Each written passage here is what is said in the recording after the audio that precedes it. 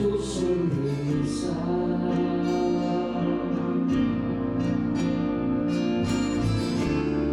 Vale más que todo, nunca vida.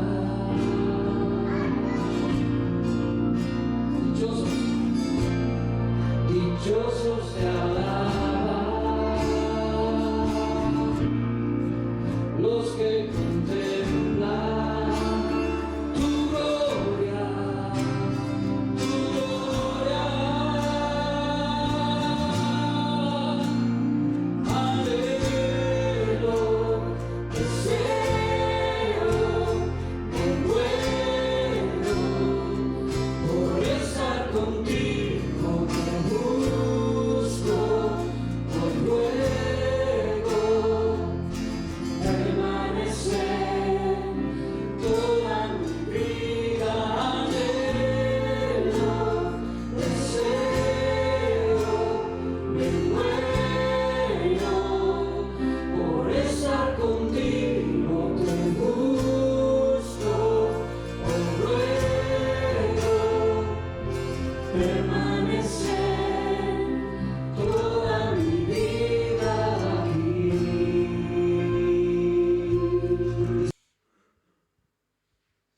Ya desde la semana pasada, el Señor puso esta palabra que quiero compartir con vosotros. Y es una palabra de esperanza porque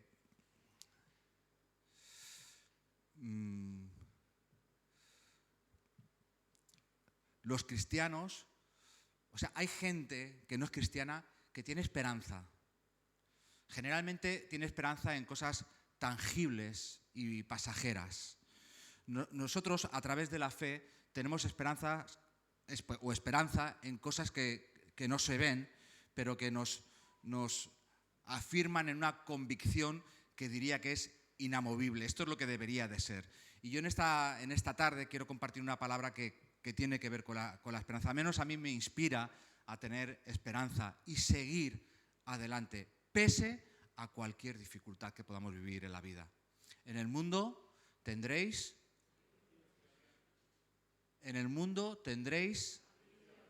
y yo lo he dicho infinidad de veces, Jesús no ora para librarnos de esas aflicciones.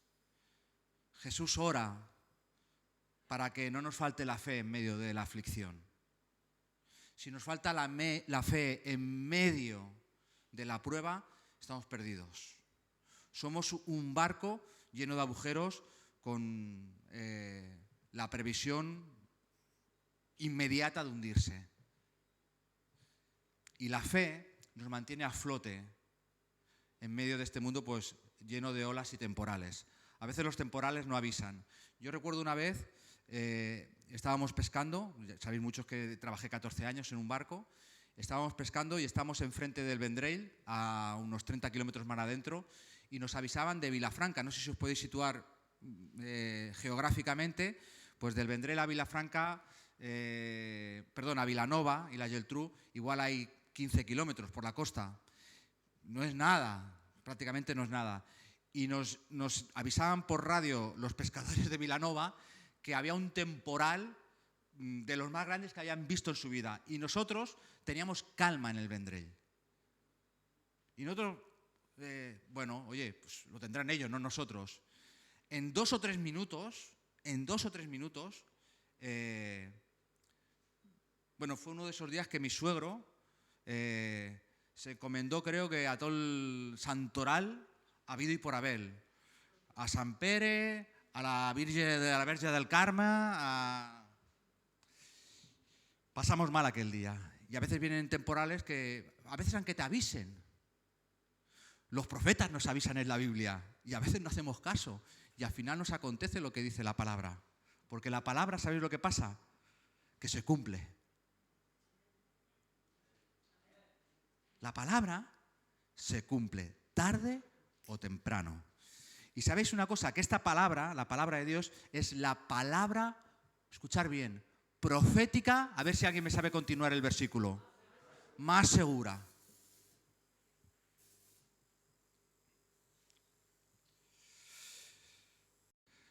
Yo durante el día suelo orar unas mínimo 3 veces. 2 son fijas, que es a la hora de comer y a la hora de cenar. Yo no sé si vosotros tenéis el hábito de dar gracias por la comida. Esto es el mínimo, para los cristianos.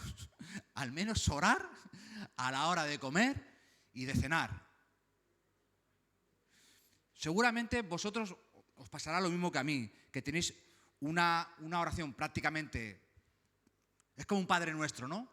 Que lo hacemos de corazón, pero es muy sistemática, ¿no? No es una oración que variemos cada día. Es verdad que si hay alguien que igual sabemos que lo está pasando mal y tal, pues lo incluimos en esa oración, pero bueno, suele ser una oración cortita, de agradecimiento, donde, bueno, pues estamos Y yo en esa oración, cada día, a la hora de comer y a la hora de cenar, siempre hay una parte que siempre repito lo mismo, que es: Señor, te damos gracias por todo. ¿Alguien ora así? Y es verdad que soy consciente de lo que digo, pero no del todo. Porque yo esta semana, precisamente el lunes, cuando estaba dando gracias por todo, el Espíritu Santo bueno, yo creo que fue el Espíritu Santo. Sentí como una contradicción en mí, ¿no? Y digo, ¿cómo que dar gracias por todo? O sea, cuando digo todo, y ya sabéis por qué lo estoy diciendo. ¿Cómo que gracias por todo? Imaginaros, ¿no? Señor, gracias, estoy súper agradecido porque mi mujer, no, es ficticio lo que voy a decir, mi mujer se ha ido con mi mejor amigo. Muchas gracias. Y encima me ha dejado sin dinero, sin casa y me ha dejado en la calle. Pero aún así, Señor, te doy gracias.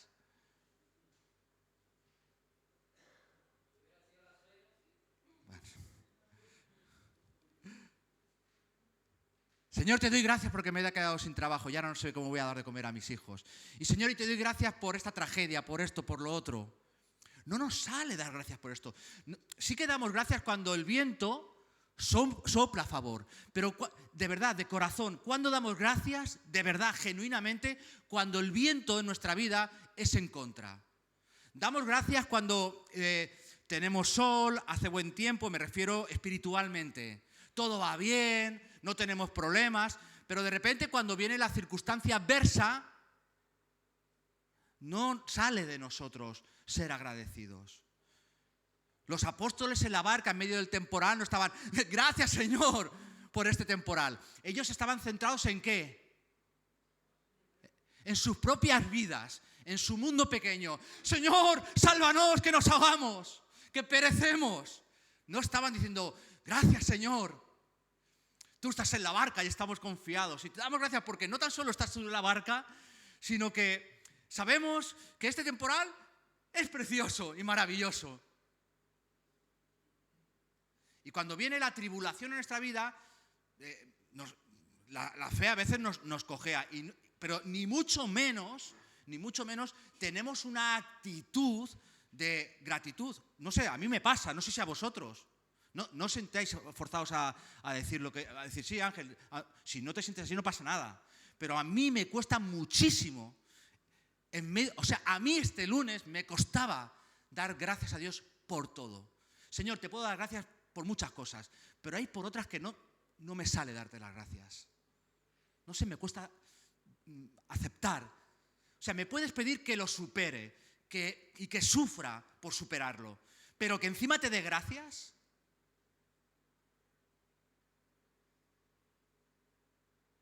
No sé, ¿qué os parece a vosotros la cuestión? Es duro, ¿no? Es duro. No sé, me parece a veces como, Señor, ¿estás de cachondeo o qué? Claro, alguno me dirá, bueno, esto de dar las gracias, bueno, pero es que esto de dar las gracias ahora lo leeremos para que veáis que está en la Biblia, que está en el Nuevo Testamento, que lo dice el apóstol Pablo y que no lo dice una vez, sino que lo dice varias veces.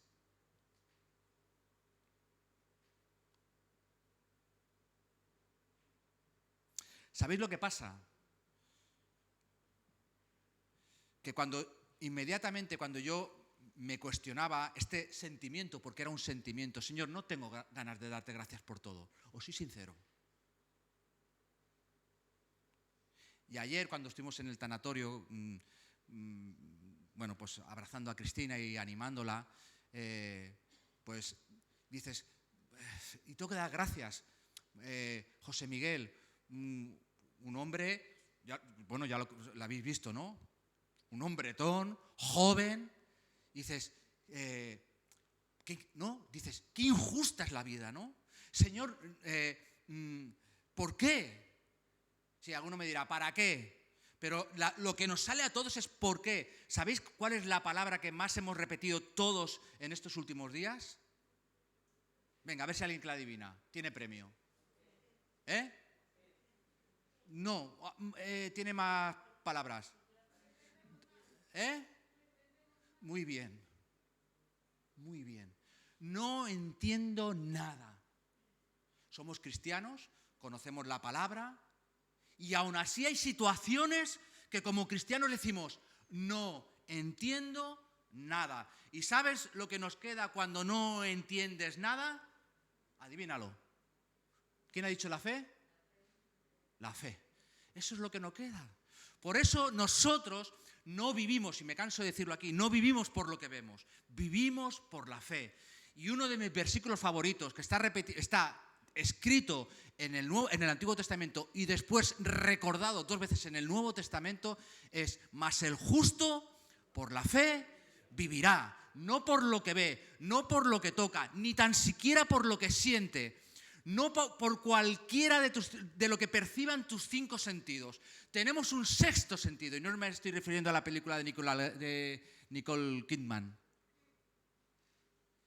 Me refiero a un 6º sentido que está por encima de los 5 físicos, del tacto, el olfato, todo esto, que es la fe. Y la fe nos hace agarrarnos a una esperanza que no está muerta, que está viva, porque Cristo en nosotros es nuestra esperanza de gloria. Uy, os oigo un amén un poco. Esto tendría que producir gozo en medio de la aflicción.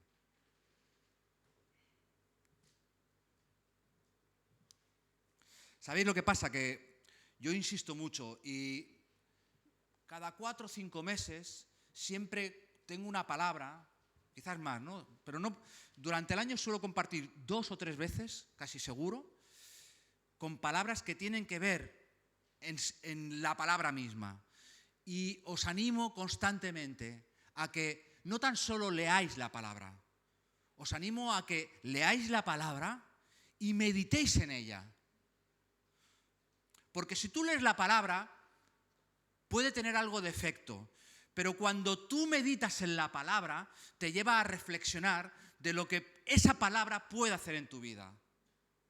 Es como dejar al Espíritu Santo que suba un peldaño más en tu vida. Si tú lees la palabra, hay mucha gente que abre la Biblia, lee, si no le gusta la cierra, en el mejor de los casos, si no le gusta lo que lee, ¿qué hace? Pega otro bibliazo así y busca al final el versículo que le endulce el oído. Pero eso no suele transformar las vidas. La vida es transformada cuando tú te acercas a la palabra con expectativa y tú reflexionas en la palabra. ¿Y por qué digo esto? Yo soy un amante de la palabra. Me encanta la palabra. Medito en ella. Muchas veces voy en el coche y voy pensando en la palabra y pensando en versículos y dándole vueltas y preguntando. Muchas veces a los versículos hay que hacerle preguntas al propio versículo para entender y pedirle, por supuesto, la guía al Espíritu Santo. Y si no, buscar en diccionarios bíblicos, buscar comentarios. Hay un montón de herramientas que nos sirven para que podamos entender la palabra de Dios. Entonces, cuando yo me hacía esa pregunta, Señor, no tengo ganas de agradecer ciertas cosas, pero como conozco la palabra, enseguida el Espíritu Santo. Y este es uno de los peligros de conocer la palabra. Que cuando, mira, si tú no sabes que en la Biblia dice, dentro, por ejemplo, de los 10 mandamientos, que no robarás, si no lo sabes, si tú robas no tienes una conciencia de que estás haciendo algo mal. ¿Me entendéis? Pero cuando tú lees la palabra y dice, no robarás, En el momento que estás robando, ¿qué te pasa? Sabes que estás haciendo algo que está mal. Y cuando tú haces algo, te preguntas algo y sabes ya lo que dice la palabra, al final te toca obedecer a la palabra. Entonces, claro, yo cuando me decía, Señor, ¿por qué tengo que dar gracias? No me apetece. El Señor enseguida me trajo 2 versículos. Porque quizás el Señor me quería llevar un paso más a lo que es la gratitud y a lo que es la esperanza. Y estos 2 versículos, uno lo podéis encontrar en Primera de Tesalonicenses, capítulo 5, versículo 18, si lo queréis buscar, o si lo queréis anotar, a los que anoten.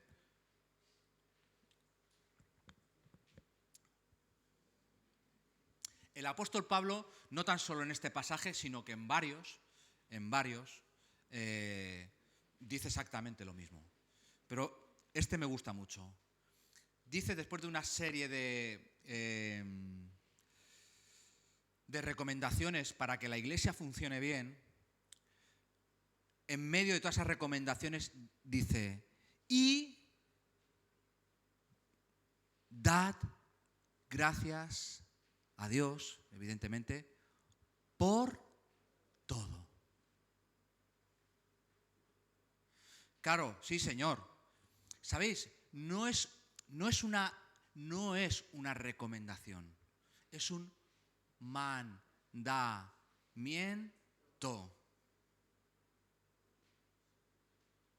Dad gracias a Dios en todo. En lo bueno y en lo que nosotros a veces no consideramos bueno. Y digo esto, lo que nosotros a veces no consideramos bueno, porque tampoco es así. Porque quizás no hay bueno ni malo en la vida del cristiano. Y si me quieres acompañar a Romanos capítulo 8, te lo voy a explicar. Porque claro, dice, bueno, Señor, yo ya sé que tú dices en la Escritura y sé que es un mandamiento que te demos gracias por todo, vale. Pero ¿por qué, Señor? ¿Por qué te tengo que dar gracias en todo? ¿Por qué? ¿Cuál es el motivo? ¿Qué hay que dentro de mis sentimientos y mis emociones que no le apetecen dar gracias por ciertas cosas? ¿Por qué tu palabra me anima a dar gracias por todo? Romanos capítulo 8, en el versículo 28, sabéis que el versículo 28 en el capítulo 8, que es el capítulo 8 se conoce en Romanos como viviendo en el Espíritu, así lo titulan algunos. Y dentro de este capítulo 8 hay una parte final que empieza en el versículo 28 que los eruditos lo han titulado, ¿sabéis cómo? Más que vencedores. ¿Lo sabíais? Porque está ese texto, que somos más que vencedores en... Y el versículo 28 da inicio a estos versículos donde la palabra nos dice que aún en medio de persecuciones, en medio de tribulaciones, en medio de cualquier circunstancia de la vida, somos más que vencedores en Cristo Jesús. Y este pasaje empieza diciendo, y sabemos, tenemos la convicción absoluta que los que aman a Dios, y mi pregunta es, si tú amas a Dios. Claro, empecemos por aquí, ¿verdad?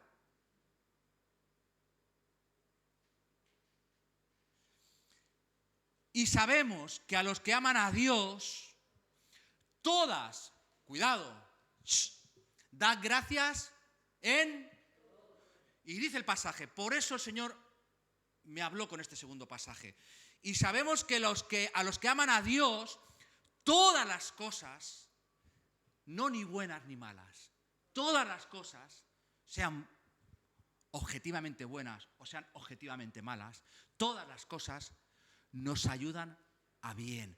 Porque todas las cosas que nos ocurren en la vida tienen un propósito para nuestra vida.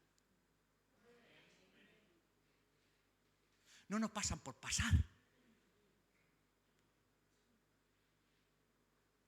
Todo lo que nos ocurre, mirar, y yo esto lo he explicado alguna vez, Cuando tú saliste aquí hace 10, 15 años, o aquí o en otra plataforma, a entregar tu vida, no sé dónde lo hiciste, ¿no? Entregaste tu vida a Jesús hace 40 años, no lo sé. Generalmente todos hicimos esto, ¿no? Señor, y repetimos una oración, o hicimos una oración donde decíamos que entregábamos nuestra vida y que aceptábamos a Jesús como Señor y Salvador. Señor. Señor en griego es kurios, y es el que manda. Decimos que cuando uno entrega su vida a Jesús, deja de gobernar el barco de su vida y deja que Jesús sea el patrón. De hecho, hay canciones en la escuela dominical para los niños que hablan de Jesús es el patrón de mi barco y todas estas cosas. Pero es así. Dejamos de mandar nosotros en nuestra vida. Entonces, todo lo que nos ocurre en la vida tiene un propósito. Pero un propósito de bien para tu vida. Porque los deseos del Señor para tu vida son de bien y no de mal. Amén.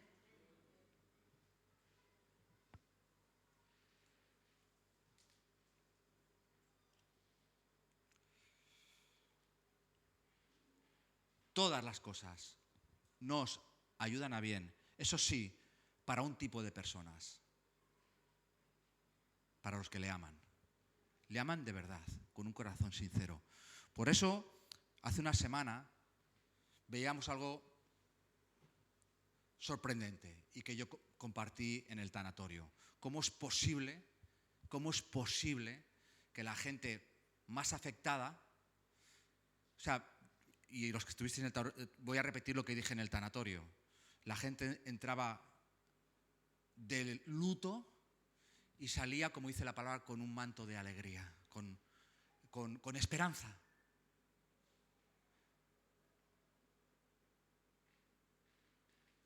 ¿Qué ocurría? ¿Sabéis qué? Que había dos personas dentro que ante todo aman a Dios. Y se revierte, no sé de qué, eso no quita que haya dolor en los corazones, pero hay un milagro que ocurre, y es esto, que la palabra se cumple, que los que aman a Dios, todas las cosas, aún en la peor de las tragedias, el Señor tiene un propósito. Dios es un Dios de propósito. Dios no juega, esto lo decía Einstein, Dios no juega a los dados, Dios no juega al azar.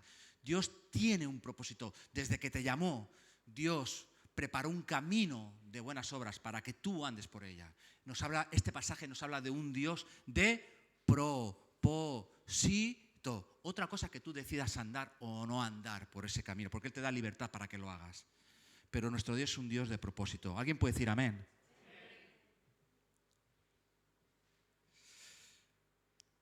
Mirar, la muerte, y curiosamente esta semana hemos tenido que pasar por dos situaciones dramáticas. La muerte no forma parte del plan de Dios para el ser humano, ¿lo sabíais? ¿Lo sabíais? Dios, cuando nos creó, no nos creó para que nos muriésemos. Cuando Él lanzó su aliento a ese cuerpo de barro que era Adán, le lanzó un aliento de eternidad, porque ese era el propósito de Dios. La muerte fue introducida en la humanidad a través del pecado original, o el pecado de origen en Adán y Eva. Y ahora nos toca a todos pasar por caja, si el Señor no viene antes. ¿Sabes? Si tú miras en tu bolsillo ficticio, vas a sacar un cupón, es como una lotería, que te va a terminar tocando. Porque todos pasaremos por ahí, a no ser que el Señor venga antes. Y decimos esta tarde, Maranata, Señor, ven lo antes posible. Pero si no ocurre eso, en nuestra generación, en algún momento nos reuniremos con Él, a través de la muerte. Pero la muerte no es una cosa que Dios diseñó para nosotros. Pero la muerte ha sido vencida. Quiero que me acompañéis, y es aquí donde hablo de esperanza. 1 Corintios capítulo 15.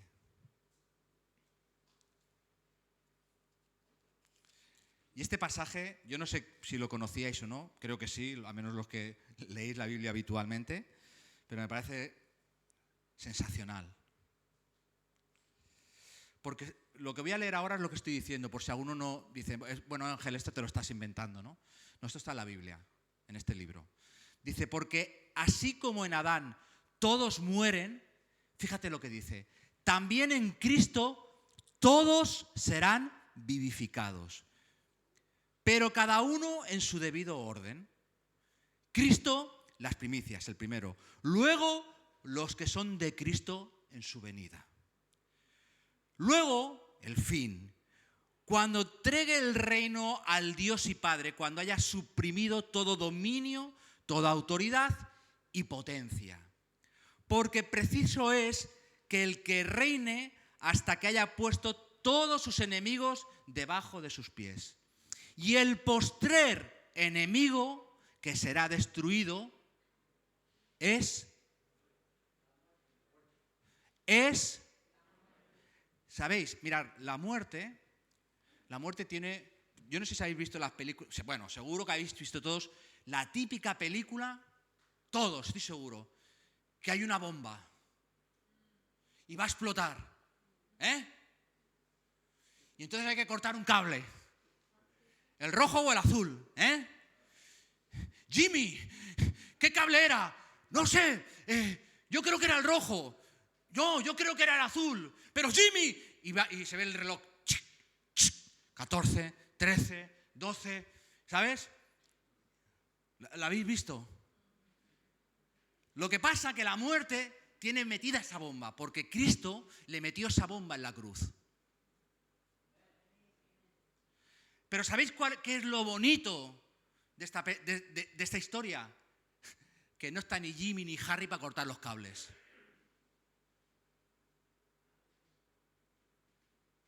Lo que pasa es que mientras eso no ocurra, la muerte pues seguirá haciendo efecto en la humanidad.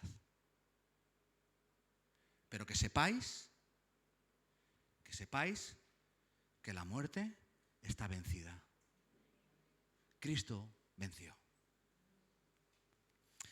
Y quiero compartir ya por último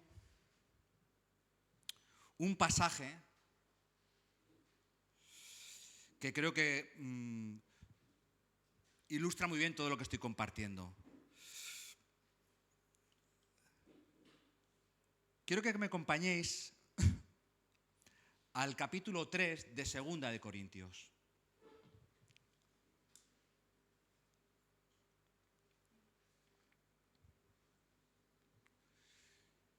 Mirad, cuando se escribieron estas cartas, esto es en la iglesia primigenia, al principio de la iglesia. Cuando se escribieron estas cartas, miles de cristianos habían sido torturados. Mirad, aquí en Tarragona, nosotros tenemos un privilegio muy grande, que Tarragona fue capital del Imperio Romano en Hispania, Tárraco, la Gran Tárraco. Y nosotros, algunos se puede acercar ahí entre el Paseo de las Palmeras y la Vía Augusta, aquí en Tarragona, y mirar por la barandilla y ver el anfiteatro romano. Aparte de celebrarse juegos y cosas con las que se divertían los romanos, allí también se divertían de otra manera. ¿Sabéis cómo? Martirizando a los cristianos. Intentaban que renunciasen a su fe. Renuncia a tu fe, renuncia a tu fe. ¿Pero sabéis qué hacían los cristianos? No renunciaban a su fe. Claro, a mí si me pillan los romanos y me dicen renuncia a tu fe y me pilla solo, seguramente no renuncie. Pero cuando me pillan a mí y mi familia y empiezan a matar a mis hijos antes que a mí y me dicen renuncia, renuncia, no sé lo que haría. Amigo, ¿qué harías tú? Que te digan, si no renuncia vamos a echar a tu hijo a los leones. Pero ¿sabéis qué hacían los cristianos? Ya lo sabéis, ¿verdad? Por eso estás tú aquí hoy.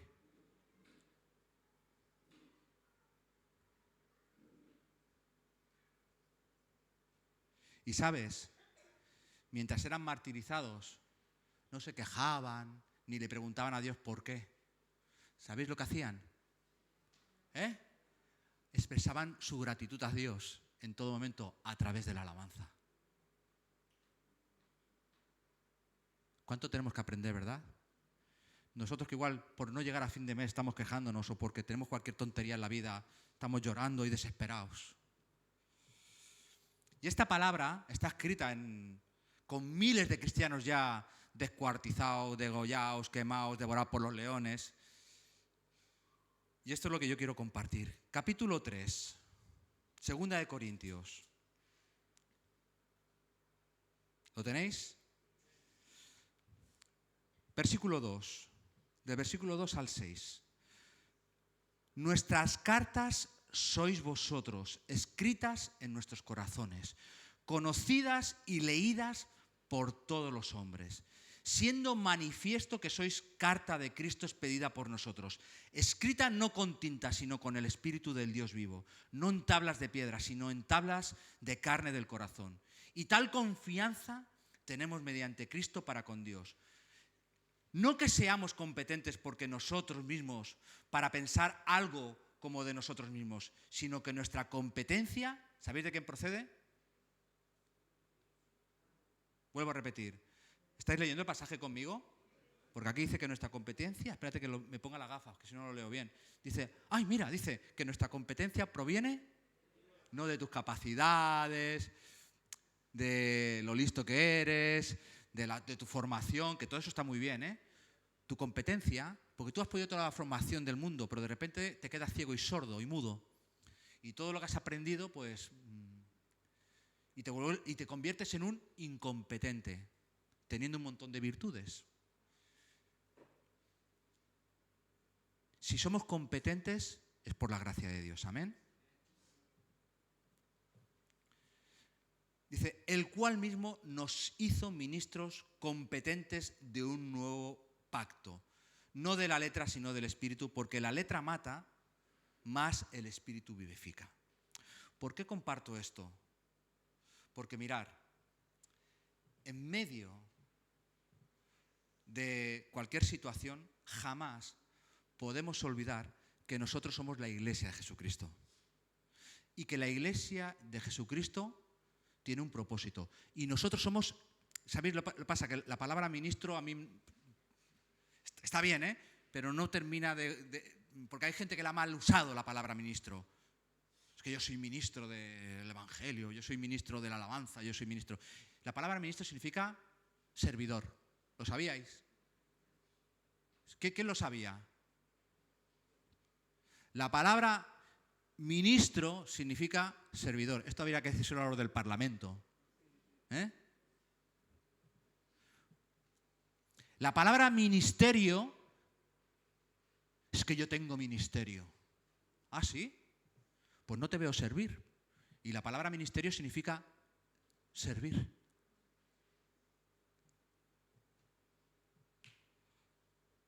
Así que en medio de cualquier situación, no nos olvidemos que tenemos que seguir cumpliendo nuestra misión.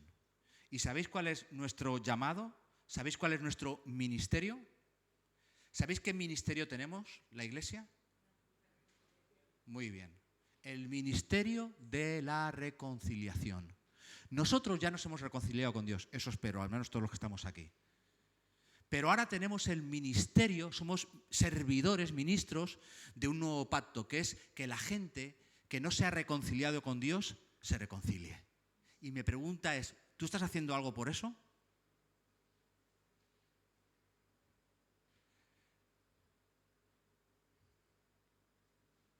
Mira, tú no eres iglesia los domingos. Vienes aquí a este local, que este local no es la iglesia. Este es el lugar donde la iglesia se reúne. ¿Vale? Porque la iglesia somos cada uno de los que estamos aquí sentados. Tú eres iglesia el domingo, el lunes, el martes, el miércoles, el jueves, el viernes y el sábado. No dejas de ser cristiano cuando sales por esa puerta. Eres cristiano 24/7, 365 días al año. Menos los bisiestos, que eres uno más.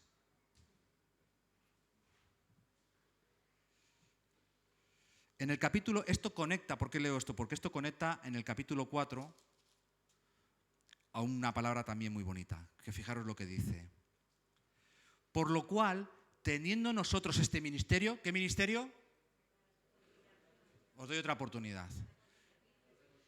Dice, por lo cual, teniendo nosotros este ministerio, ¿qué ministerio? Bueno, está un poquito mejor. Según la misericordia que hemos recibido, ¿sabéis lo que dice el apóstol Pablo? Acordaos en qué circunstancia está escribiendo esto. No desmayamos. Hermanos, no desmayéis.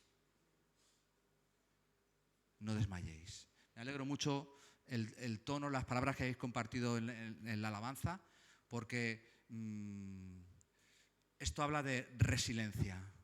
Y la iglesia es resiliente. No sé si sabéis lo que quiere decir resiliente, pero ahora para terminar lo explicaré.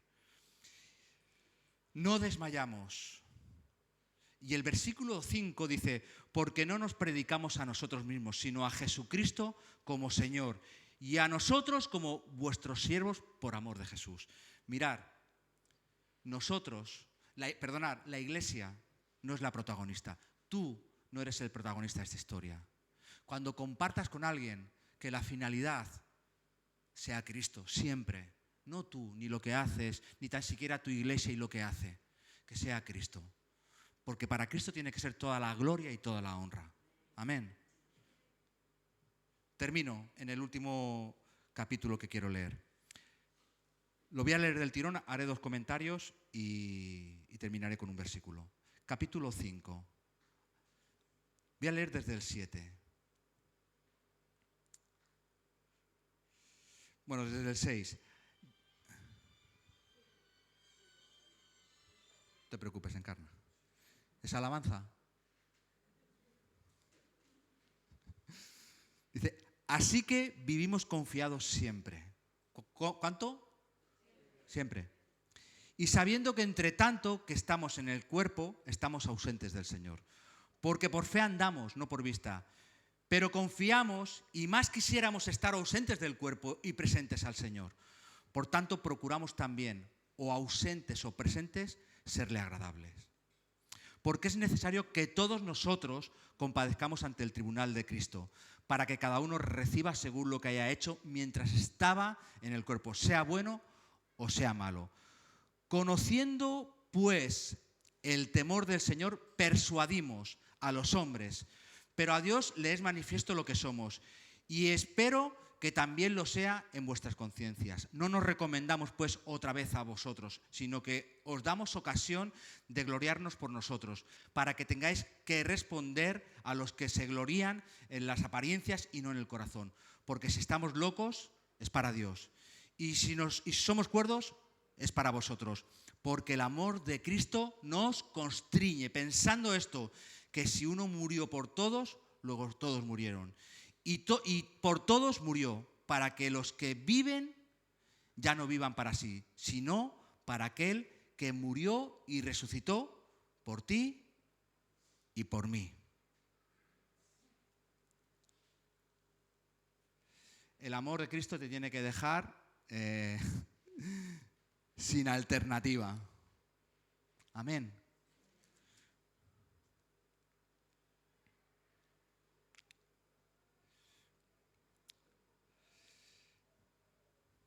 Quiero terminar ya. Creo que es suficiente.